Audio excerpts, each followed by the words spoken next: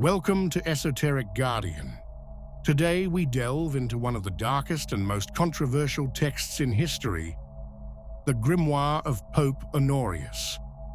Attributed to Pope Honorius III, this book intertwines elements of Christian liturgy with rituals of black magic, such as demonic invocations and necromancy. While its authorship is debated, what remains undeniable is the fascination and fear it has evoked over the centuries. The Church condemned it as heretical, but this only fueled its notoriety, turning it into a symbol of forbidden power. What secrets does this grimoire hold? Is it a tool for mastering the supernatural, or a gateway to uncontrollable dangers? Join us as we uncover the mysteries of this cursed book. The Grimoire of Pope Honorius is one of the most enigmatic texts in ceremonial magic, its origins steeped in speculation, mystery, and controversy. Attributed to Honorius III, a pope who led the Catholic Church from 1216 to 1227, the grimoire was supposedly conceived as a tool to dominate dark forces and harness them in service of the divine. However, there is no direct historical evidence to confirm this authorship, leading historians and occult scholars to debate whether it was truly the work of this pontiff or the result of a later forgery. Honorius III is primarily remembered as a staunch defender of the Church's strength and an organizer of the Crusades, someone deeply devoted to his faith. Thus, the idea of this pope authoring a book of black magic seems contradictory. However, in medieval Europe, the lines between the religious and the magical were not always clear. The use of exorcisms, relics, and sacred formulas within Catholic liturgy itself might have inspired the association between Honorius and the grimoire's content. According to this theory, the book was not intended as a heretical text, but rather as a manual for clergy facing supernatural threats. Another possibility is that the grimoire is an apocryphal creation from a later period. During the 17th and 18th centuries, a time of flourishing ceremonial magic and grimoires, many texts were attributed to figures of authority to grant them legitimacy. The name Honorius, as a pope, might have been strategically used to lend the grimoire an air of sacred power. This tactic was common in the production of esoteric works, particularly when their content directly challenged the teachings of the Church. Furthermore, the grimoire's language, combining ecclesiastical Latin with magical formulas, suggests it may have been crafted by someone well-versed in Catholic rituals, possibly a renegade cleric. The historical context also provides clues about the grimoire's possible origin. During the Renaissance and Baroque periods, there was a renewed interest in alchemy, astrology, and magic. In this climate, grimoires thrived as tools for those seeking to explore the forbidden. The Grimoire of Pope Honorius would have fit perfectly into this world, its dark and ritualistic content. However, a darker hypothesis suggests that the grimoire was created as a direct attack on the figure of Pope Honorius III and, by extension, the authority of the Church. In a Europe rife with conflicts between religious, intellectual, and political factions, a text associating a pope with black magic would have been a powerful weapon to discredit him. This theory implies that the grimoire was not written by occultists, but by critics of the Church aiming to cast doubt on the purity of its leaders. Despite uncertainties surrounding its origins, what remains indisputable is that the Grimoire of Pope Honorius managed to survive centuries of persecution. Its condemnation by the Church only heightened its allure, transforming it into a coveted artifact for those intrigued by magic and forbidden knowledge. Circulating clandestinely, it was copied by hand by alchemists and magicians who regarded its pages as a guide to unlocking hidden power.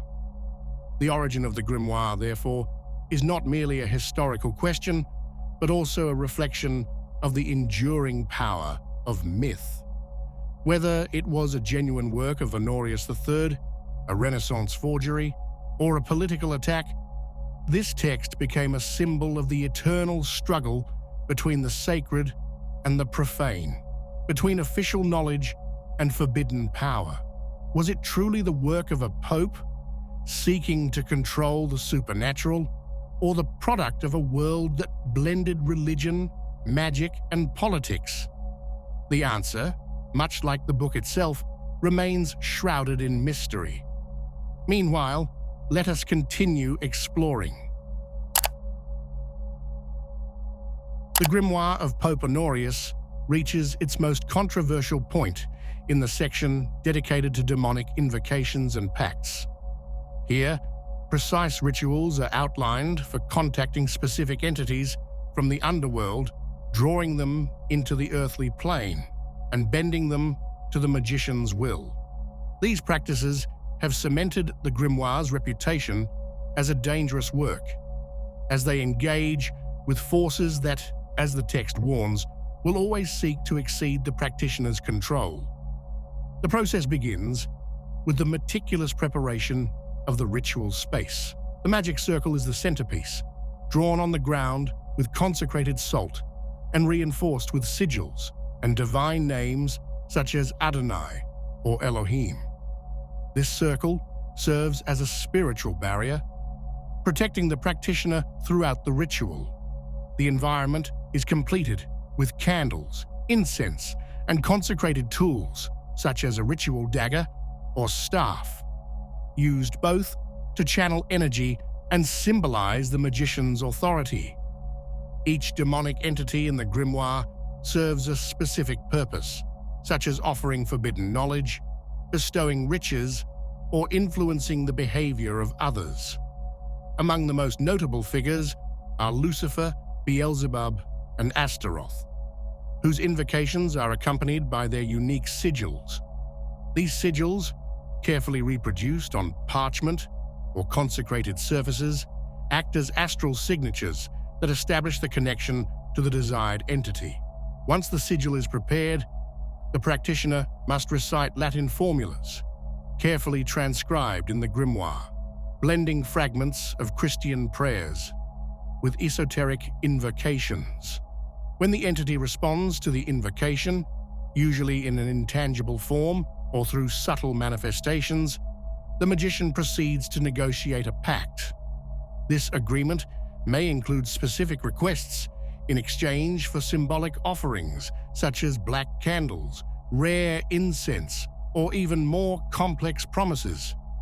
The text emphasizes the importance of maintaining a position of authority during these negotiations, as the entities will exploit any error or weakness to gain control of the situation.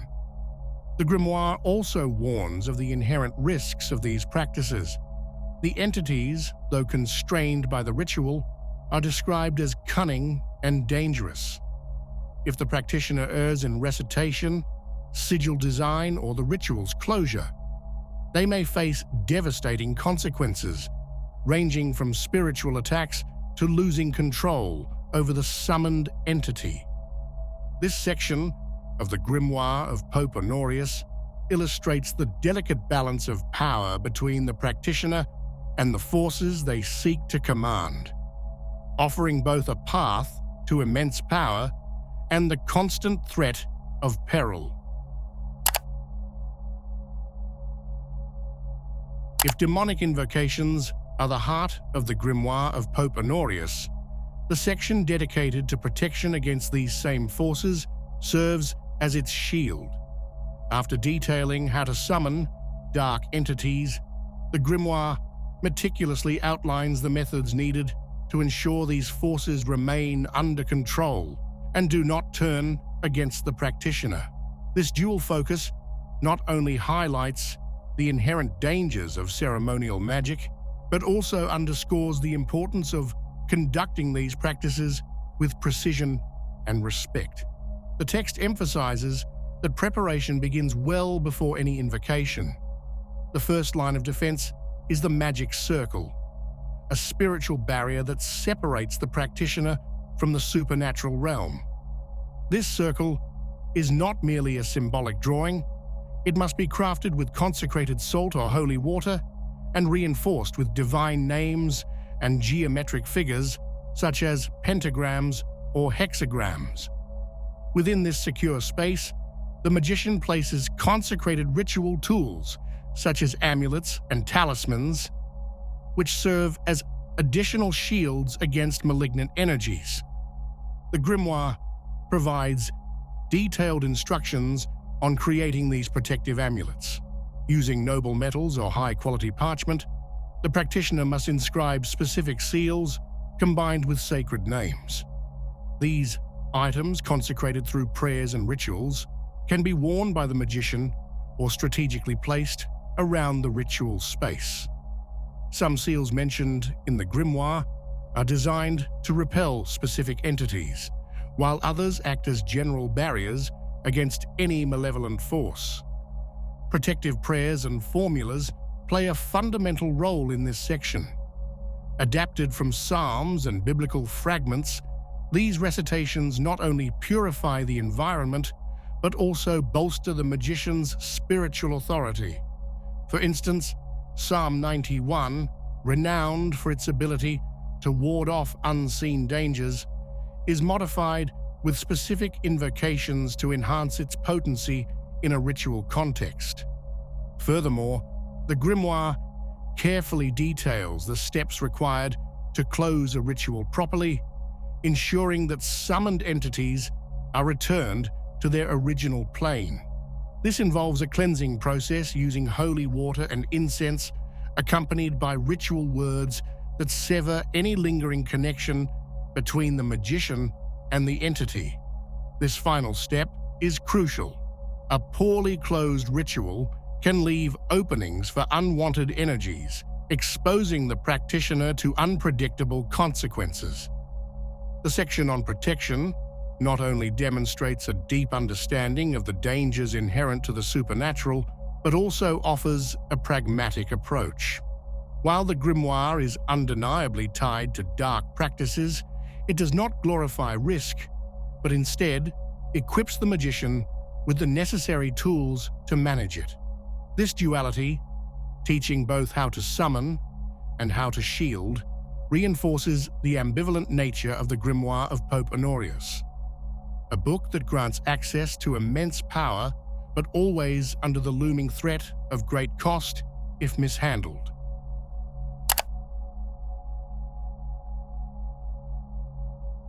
After delving into invocations and protective measures, the Grimoire of Pope Honorius ventures into one of the darkest and most controversial aspects of ceremonial magic, necromancy. This section of the Grimoire outlines the rituals for contacting the dead, whether to seek hidden knowledge, obtain favors in the earthly realm, or even influence future events.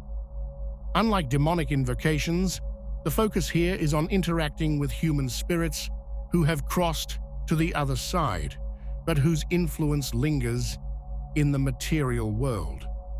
The necromantic process described in the Grimoire is meticulous and perilous. It begins with the careful selection of the spirit to be contacted. This is not a generic invocation. The magician must identify the spirit by name and gather relevant details about their life, such as the place and circumstances of their death. This information is essential to establish a clear connection and avoid attracting the wrong or even hostile entities. The ritual space for necromancy requires a highly specific environment, and the Grimoire suggests symbolically charged locations such as cemeteries or crossroads. These places, regarded as natural portals between the physical and spiritual worlds, must be prepared with offerings to entice the desired spirit. These offerings often include black candles, food, and in some cases, symbolic sacrifices that serve as an invitation for the spirit. The magic circle remains crucial, but here it is enhanced with additional necromantic symbols to bolster its protective power. Invoking the spirit involves a combination of sigils, Latin formulas, and prayers adapted from Christian liturgy. These elements not only summon the spirit, but also anchor it within the magic circle, ensuring it cannot harm the practitioner. Once the spirit manifests, typically as an intangible presence or perceived force, the magician can pose questions or make requests. The Grimoire emphasizes that questions should be clear and precise, as spirits often respond vaguely or cryptically without proper guidance. The primary goal of these rituals is to access otherwise unattainable information. According to the Grimoire, the dead possess profound knowledge of the world's secrets and can provide insights into future events or hidden truths. Furthermore, they can influence the physical realm, intervening in specific situations if the terms of the pact permit. Such interactions are particularly appealing to those seeking power or advantage in political or personal contexts. The Grimoire warns, however, that necromancy, while captivating, is among the most hazardous practices. If the ritual is not executed flawlessly, the magician risks attracting unwanted spirits, deceitful entities, or even lingering residual energy that can negatively impact their life. Additionally, any attempt to break a pact with a spirit, once it has been established, may result in spiritual retaliation. The Grimoire of Pope Honorius portrays necromancy as a powerful yet treacherous art, offering a glimpse into the mysteries of the afterlife while demanding the utmost caution and discipline from its practitioners. It is a path that promises profound revelations but carries equally profound risks. This text is more than a manual on ceremonial magic. It is a testament to humanity's enduring desire to understand and master the unknown. It bridges the gap between the divine and the forbidden, challenging not only religious doctrines, but also the moral and psychological limits of those who dare to engage with its contents, whether to gain power, knowledge, or control over our destinies. Yet, it also exposes the dangers of such endeavors, the risk of confronting forces beyond comprehension, and the price that comes with reaching for the unattainable. What sets this work apart is its ability to reflect human ambition and contradiction. It doesn't merely teach magical techniques, it prompts deep reflection on the boundaries of knowledge, morality, and our own drive to transcend the earthly.